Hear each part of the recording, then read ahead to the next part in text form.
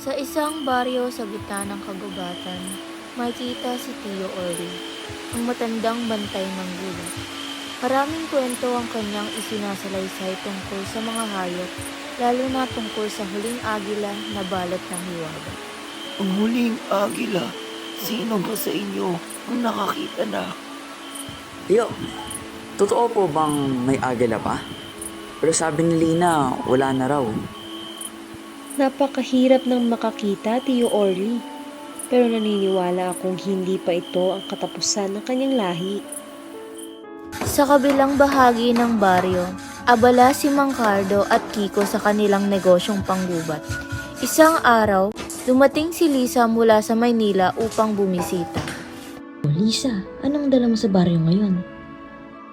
Tatay, gusto ko malaman ninyo ang halaga ng kagubatan para sa kinabukasan. Hindi natin pwedeng ubusin ang likas na yaman. May seminar ako sa Maynila tungkol sa pangangalaga ng kalikasan at marami akong natutunan. Ganun ba, Lisa? Ano kaya ang ating magagawa?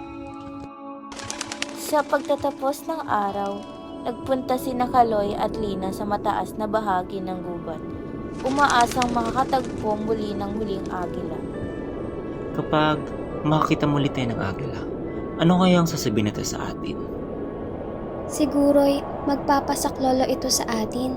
Kailangang makita ulit ito ng tao para mapagtanto ang halaga ng kanilang ginagawa. Sa baryo, naglunsad ng isang pagpupulong tungkol sa pangangalaga ng kalikasan sa pangunguna ni Lisa at Tio Orly. Ang ating kalikasan ay hindi lamang dito nagtatapos, pati ang ating kinabukasan nakasalalay dito. Alam niyo ba, sa Maynila, maraming mga proyektong makabago para sa pag-aalaga ng kalikasan na mapapakinabangan din natin. At alam niyo bang may mga taong naglalakbay mula malayo upang makita ang huling agila na ating pinapangalagaan? Isang simbolo ng ating kultura at pag-unlad. Hindi natin kayang iwasan ang kabuhayan sa kagubatan. Subalit, baka may mas maganda pang paraan. Isang gabi, habang nagbabantay, nakita ni Kiko at Kaloy ang maalamat ng agila na lumilipad sa ilalim ng buwan. Tingnan mo, Kiko, ang agila, nandito pa rin siya. Totoo palang sinasabi ni Tio Orly, hindi pa siya naglalaho, parang ipinapaabot niyang mensahe sa atin ito.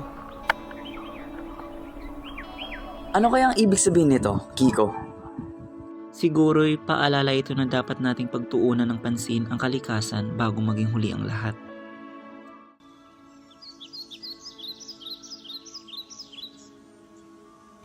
Kinabukasan, sabik na ibinahagi ni Kaloy at Kiko ang kanilang natuklasan sa buong baryo. Napakagandang balita niyan. Ang agila natin ay simbolo ng pag-asa. Dapat nating itong ipagtanggol. Nasaksihan ko ang pagbabago. Simula ngayon, magpapatupad tayo ng mahakbang upang masustentuhan ang ating mga gawain sa kagubatan. Tama, tatay, at mahigpit tayo magtutulungan upang mapanatiling buhay ang ating kalikasan. Maraming mga proyekto sa Maynila na maaari nating ipatupad dito para sa kabubuti ng lahat.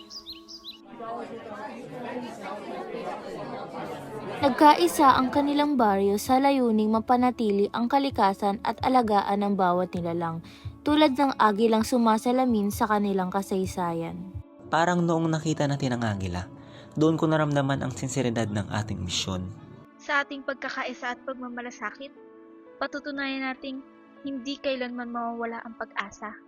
Ngayong may pinagsama-sama tayong mga gamit at aral, simula na ito ng bago at mas maayos na kasanayan. Sa kabila ng mga pagsubok, ang baryo ay nakatagpo ng bagong pag-asa. Ang kanilang mga hakbang ay nagpatuloy na tila musika sa kanilang pang-araw-araw na pamumuhay. At sa uli, ang agilang itong ating naramdaman ay hindi lamang simbolo ng ating baryo, kundi isa ring tanda ng ating tahanan sa kaniyang kabuuan. Hanapin natin palagi ang diwan ng pagkakaisa at paggalang sa ating kalikasan at sa isa't isa. Ano pa bang mas magandang alaala? Ang ating baryo ay puno ng buhay. Salamat sa ating pagkilos. Sa Maynila man o dito, Sa huli, nabubuklod ang lahat sa pare-parehong layunin. Ang pagprotekta sa kalikasan, ang liwanag ng bansa, at ang pagyayakap sa ating tunay na kayamanan. At bilang katuwang ninyo, isusulong ko ang pagtutulungan nating mga magkakabaryo. Maraming salamat at hindi nyo kami iniwan ni Kiko. Magkakaibigan pa rin tayo. At mas higit pa roon, pamilya sa puso at sa kasaysayang lilikha pa natin.